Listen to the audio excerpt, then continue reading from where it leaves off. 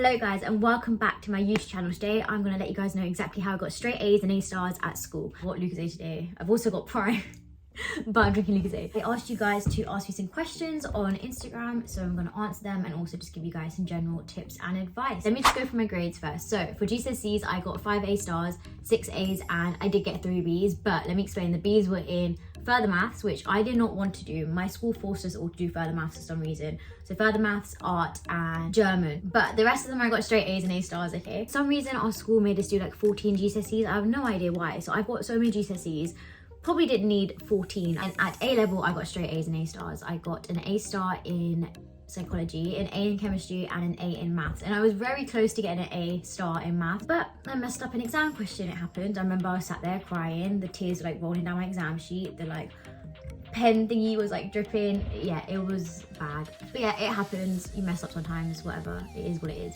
I'm doing my GCSEs in 2 months. Have you got any tips? Do every single past paper, do every single question until you get it correct. That is the biggest tip I have for you guys. Oh yeah, I'd also make notes off of the answer schemes. The same questions always get repeated, so if you learn the answer scheme and memorize that as well, then you've got the marks if the same question comes up. So I did that as well. And consolidation is really important. So once you made your notes for the first time, it's going to be a good few pages long per chapter.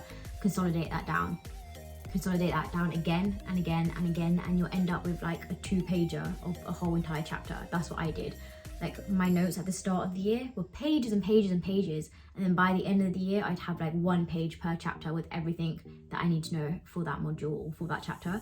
So just keep consolidating your notes, make notes off of your notes and keep doing it until you consolidate it down. So I'm not the type of person who likes to plan out exactly what I need to get done that day. I don't want to be like, yeah, I need to get this module done, I need to have learned it and all the past exam questions on it, because that might take an hour or it could take 5 hours. So I'd rather have a productive day in terms of the length of hours I work, if that makes sense, rather than what work I actually do. To make sure I revised a certain number of hours per day, I had that stopwatch app, the clock app on my phone, and I used a stopwatch to make sure I did 6 hours a day. When I was relaxing in the evening, I could be like, okay, even if I haven't got what I wanted to get done today, I still worked productively for 6 hours. There's an 8-hour rule, so you have 8 hours of sleep, 8 hours of social time, or just like relaxing, and then 8 hours of work. I didn't do that. I did 6 hours of work per day, and then 8 hours of sleep, and then the rest of the time was relaxing with family. You need to have downtime too. You can't just bang out straight.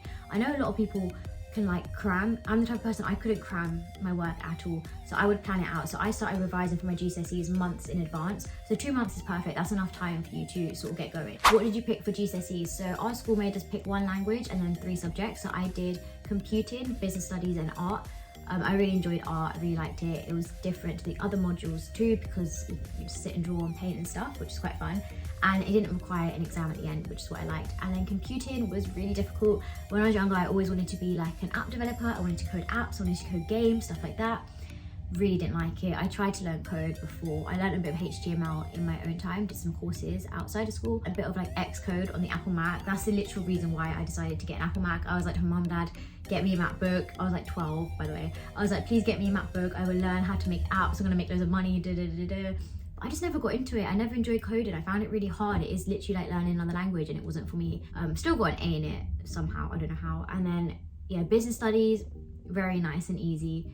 And then German as well. That's what I got a B in. I got a B in German. So yeah, the title was a bit of a clickbait, I can't lie. I did get 3 B's, but I don't count further maths because I didn't choose to do further maths. Our school just made us do it and I didn't revise for it. And German, fair enough, got a B. Messed up the speaking exam, and then art as well. How did you revise for GCSEs? 1 month left, and if you have bad grades. So the best method I can give you, which helped me, was Blurting. So I didn't know it's called Blurting at the time, and I used to always go on YouTube and Google and be like, oh, how do I revise? I just didn't know how to revise. I'd make my notes and I'd be like, how do I learn this? So the best thing you can do is when you write notes, you can't just leave it at that. You need to consolidate that information so it actually stays in your brain. So the way I did it, I'd write my notes out, or I'd read a page of the textbook, right? Then I'd close the textbook or close my notes, get a whiteboard and write down everything I can remember from memory. Then I'd read over the notes, and then anything I missed out, I would learn it and do the same thing and keep going and keep going and keep going. That's how I revised throughout GCSEs, throughout A-levels and throughout university, and that's how I ended up getting a 2-1 in the end and getting into UCL, and I studied neuroscience there. Now imagine I did it so much that I sprained my whole entire arm. I had to go to the doctors because my arm was sprained. They put me in like a cast and everything. They're like, oh, how did you do that? And I was like, oh, like working. Honestly, that method helps so much. Just don't overdo it like I did and sprain your arm. Show your GCSE grades. So I don't have them on a piece of paper. I got an A star in chemistry, physics and biology, and I got an A star in, what else? It's been so long. I did my GCSEs like 7-8 years ago now. How old am I? 23, 4, 5, 6, 7 years ago. ICT and core science, and then I got 6 A's in like the rest of it, like English language, English literature, maths, because I wasn't great at maths. I actually found A-level maths easier than GCSE maths. I don't know why. I've just picked my GCSE subjects. What do you think I'm in the road for when starting? So the main thing I struggled with GCSEs was the fact that you had so many different subjects. So for A-level, I preferred it because you had 3 or 4 that you could fully focus on. To be fair, it's not too hard at the start of the year. When you get to exam season, then it gets really hard. So I think the best piece of advice I can give you is to start working at the start of the year. So at the end of the year, hopefully you have all your notes ready so you can just consolidate that information and learn it. How did you keep motivation for A-levels? I feel like I'm losing it. So whenever I had a down day or a day where I was feeling like completely demotivated, like I'll be crying a lot as well, I get stressed really easily. The best thing to do is honestly, there's probably, I don't know, I feel like this is the best piece of advice. Take some time out. Literally just take some time out. If you're going to sit there stressed, you're not going to be able to learn, you're not going to be able to work properly. Take some time out, take a breather, but don't just go sit in bed and mope, okay? Go take a bath, you know, go watch a movie, go relax with your family, go cook something, do a hobby. Honestly, like one day feeling burnt out or demotivated, just have a day off, relax a bit, do something productive, spend time with family, and then I promise you the next morning you're going to feel so like rejuvenated and proper motivated to like work again. How do you revise and what's the best way to do it? So I explained it, the Blurting method.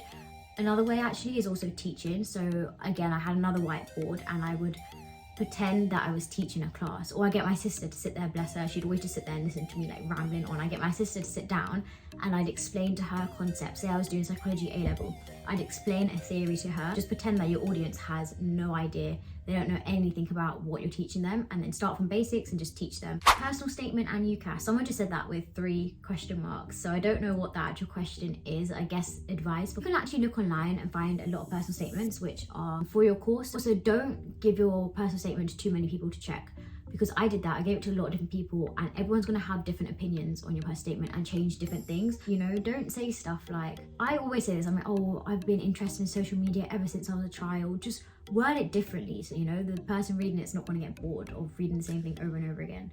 How did you get through your GCSEs and do they matter when it comes to applying for a job? I was told at school if I get below a C in maths and English GCSE, then no company is going to hire me.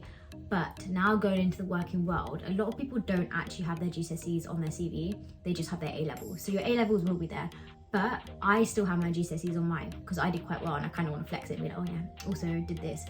So this is how I think of it. I think of it, my dad told me this, think of it as a stepping stone. Your GCSEs are a stepping stone to get to A-levels. Your A-levels are a stepping stone to get to university and your degree, which is a stepping stone to get a job.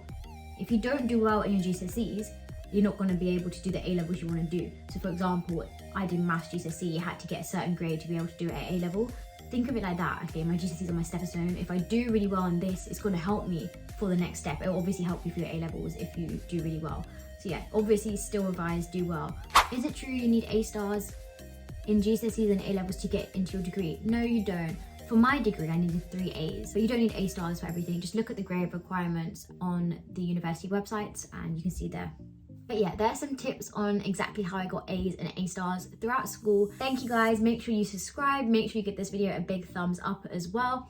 And if you guys want to see more content like this, then yeah, just let me know. Bye.